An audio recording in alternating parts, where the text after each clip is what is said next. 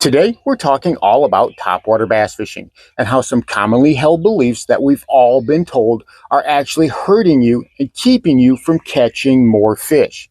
We're going to look at what the truth is and how you can supercharge your topwater bass fishing. Stick around, you don't want to miss this one.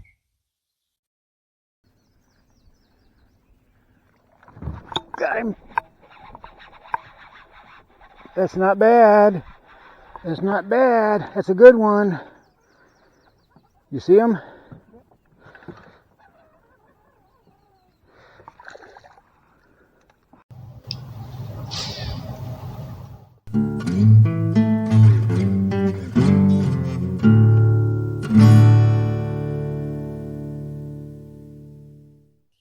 Welcome back to Lowbrow Fishing. And you know, we humans are pretty terrible at change and embracing new ideas and beliefs, especially when old beliefs have been around for so long and ingrained in our psyche that we clutch to them for dear life. You know, something like geocentrism, right? Which for thousands of years was the only game in town, the belief that the Earth was the center of the universe. Then in the 1500s, you get guys like Nicholas Copernicus coming along with his heliocentrism saying, hey, not only is the Earth not the center of the universe, it's not even the center of our own neighborhood. That's the sun.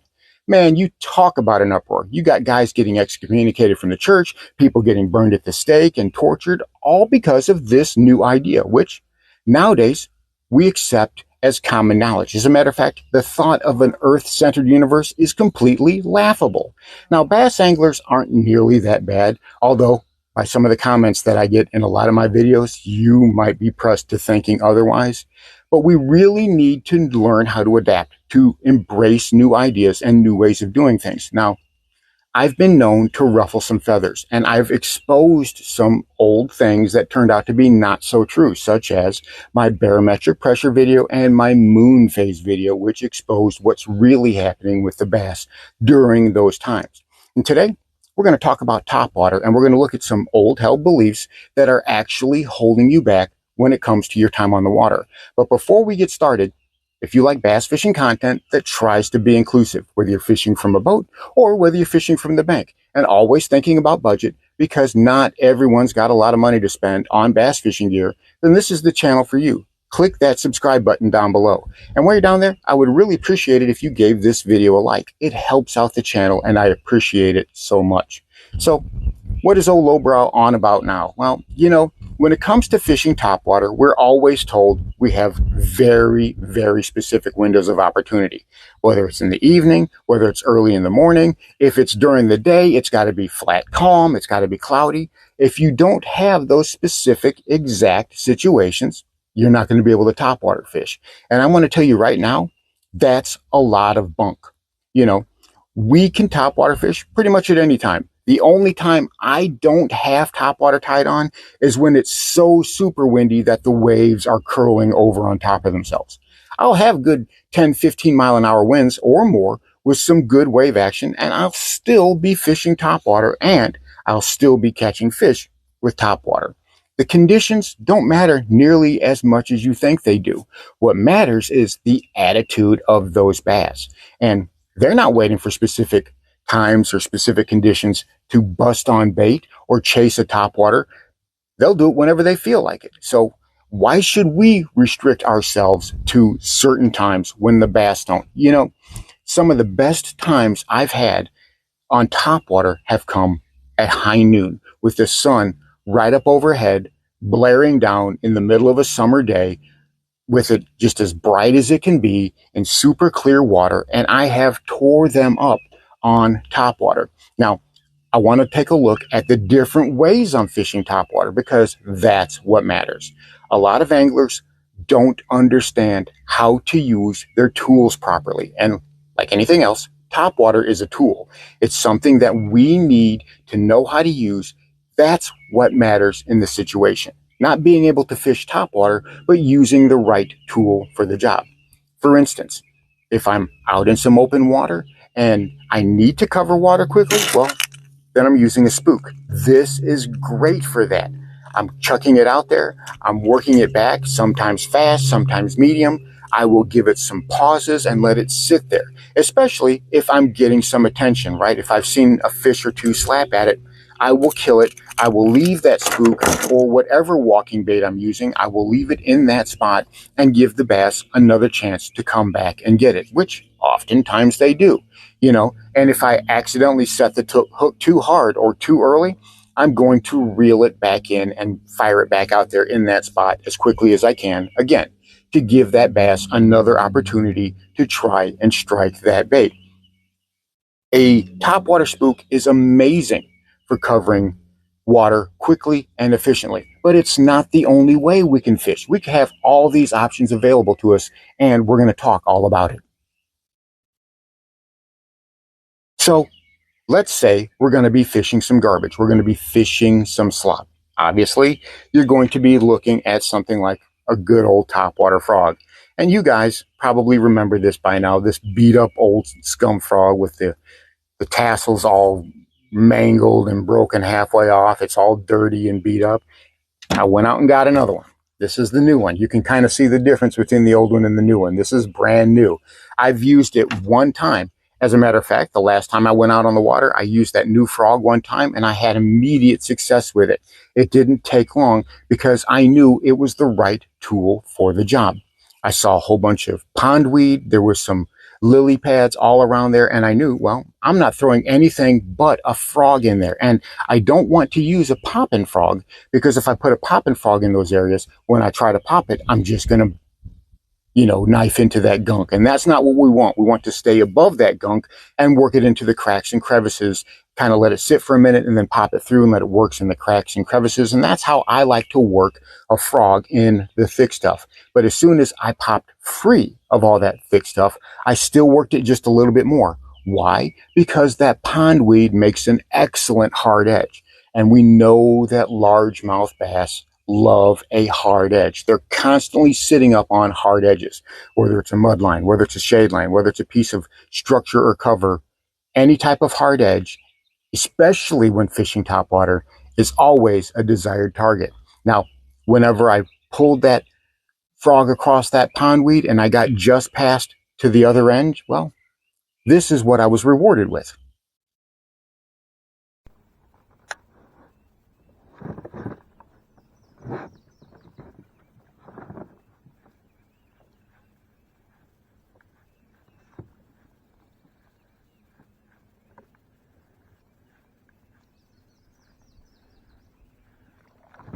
Got him. That's not bad. That's not bad. That's a good one. You see him?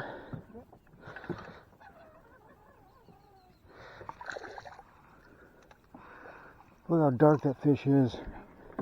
Look at the belly on that. 2 1/4.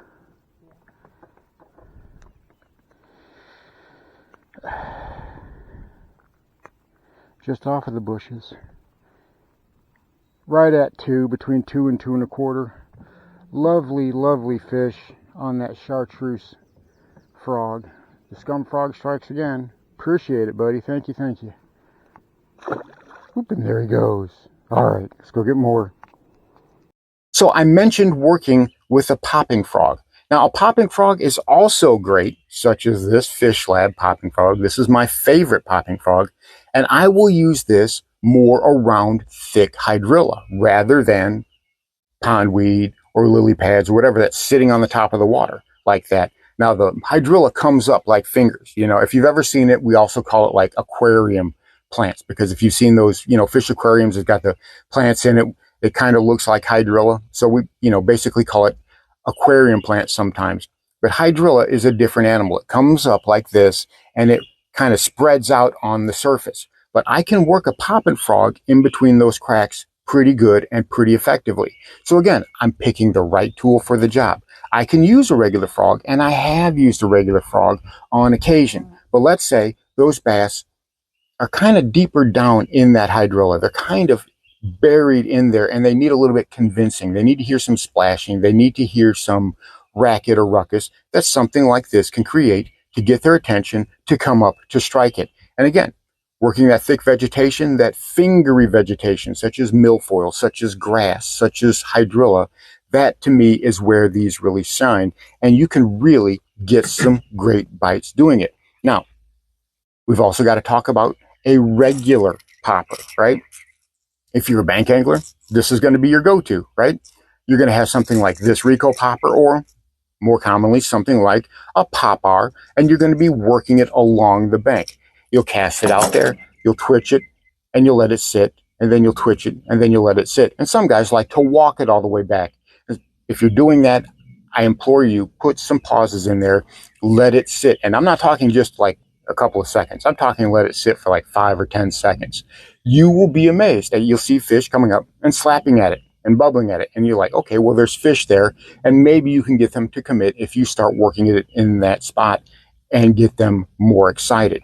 Now, another great topwater bait from the bank that I like to use, well, I use it from the boat, but I also use it from the bank a lot, is a good old head and torpedo.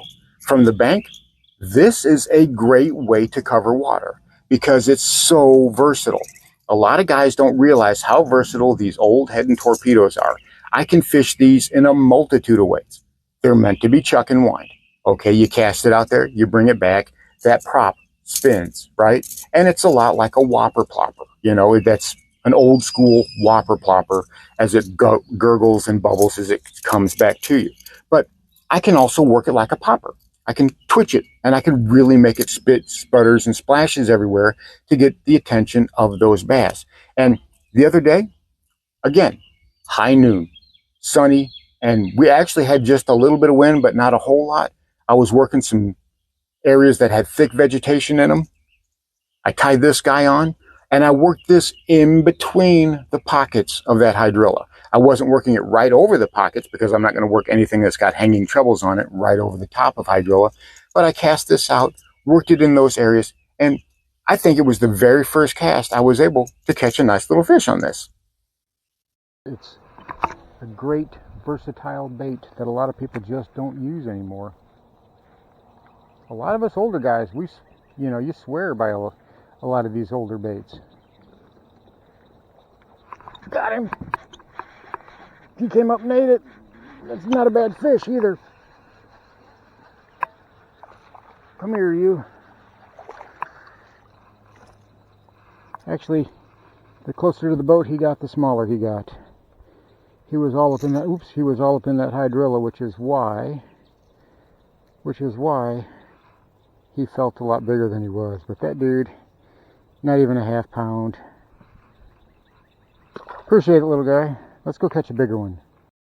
So as you can see, it always has to do with having the right tool for the job.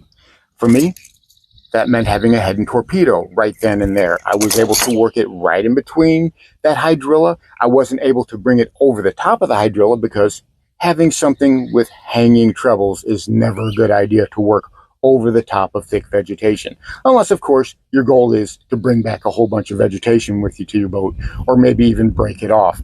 But another technique that I like to use in similar situations, say I have a lot more openness between some of that vegetation, whether there's a seam, whether there's some gaps, whether there's maybe an underwater creek arm that's going through there, something like this Lucky Craft gunfish.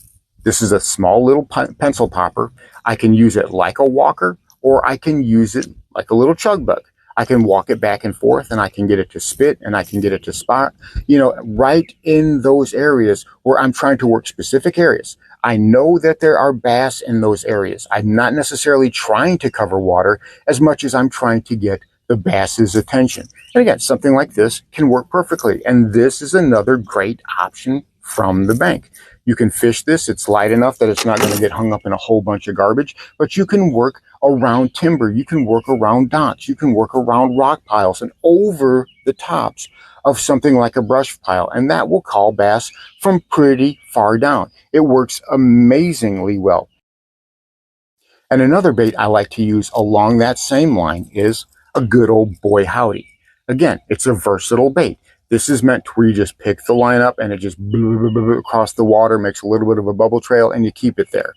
I work these in several different ways. One of the most important ways is I give it quick jerks and I make it spit and I make it pop. Now, for me, working a topwater in that quick jerky fashion is very effective regardless of what type of topwater lure I'm using. Whether I'm using a frog, whether I'm using a popper, whether I'm using something like a pencil popper, whether I'm using something like a prop bait, I can get away with doing that all the time. And again, it is a multiple type of situation bait. It depends on the cover that I'm fishing. Now, if I'm fishing a lot of wind, if I have a lot of wave action going along, obviously, then I'm going to have to switch to something that makes just a little bit more noise in those tight corners. If I'm fishing tight little pockets, that have timber, that have brush, that have a lot of hydrilla, I'm going to cast this in there and I'm going to work it pretty heavily before I bring it back. Although I'm going to spot work it in those instances. If I'm walking the bank and I see an area where I can make a quick cast to, work that target, bring it back as I'm walking down the bank, a popper, a head torpedo, or even something like a good old boy howdy, those are perfect for that depending on the wave action that you have. This I'm not going to use really a lot in the wind. I'm not going to use it so much whenever there's a lot of wind, whenever there's a lot of wave action. This, I will use it whenever there's some wind and some wave action, but if it starts to get too extreme, I'll even put this away and I will go to something like this. But if you're a bank angler and you don't have a lot of gear to bring with you and you only have a choice for one, maybe two topwater presentations, well, I would choose a popping frog and I would choose a torpedo. This will get you pretty much anywhere you want to go. The popping frog, you have that popper and you have that frog combined into one. You can work it in some pretty gnarly places. This, you can just chuck and wind. You can give it pauses, you can give it rips, but you can cover water with this. That's a great 1-2 punch for pretty much any situation you're going to find along the bank, as long as it's not going to be too windy. Remember, that's going to be about the only thing that's going to hamper your topwater bass fishing. It's not going to be the clouds. It's not going to be the time of day. More than often, it's going to be how much wind. And you can fish topwater in way more wind than you think you can. Even whenever I have a whole bunch of wind, I can still bust out a wake bait. A wake bait is great whenever those waves are going pretty good. And even something like a buzz bait, I can use those to great effect. And I've caught plenty of fish. When it comes to topwater fishing, I don't care about what time of day it is. I don't care about what the conditions are. I'm only concerned with what topwater bait I can use fishing the area that I'm trying to fish. And with that mentality, I'm telling you what, I have caught way more topwater fish than I ever thought I could. So there you have it, my crazy way of looking at topwater bass fishing. Doesn't matter what time of day it is, doesn't matter what the moon cycle is, the barometric pressure is, it doesn't matter about any of that. You want to fish topwater, then go ahead and fish topwater. Find one that's appropriate to the situation, cast it in there, and you'll be surprised at just how often the bass are ready to eat topwater, even at times you never thought that they would. Thanks for watching Lowbrow Fishing. We'll catch you in the next one.